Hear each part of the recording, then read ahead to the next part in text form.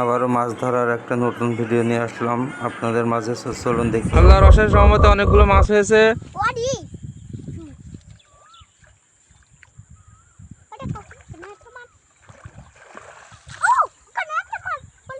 দেখা যাক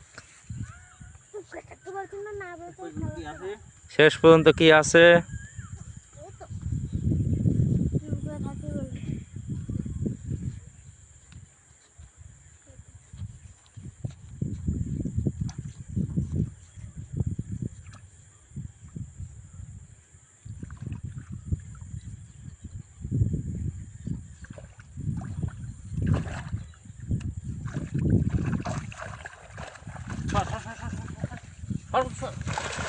এই তো যেমনটা আশা করিলাম অতটা না, তারপরও আল্লাহর অশেষ রহমতে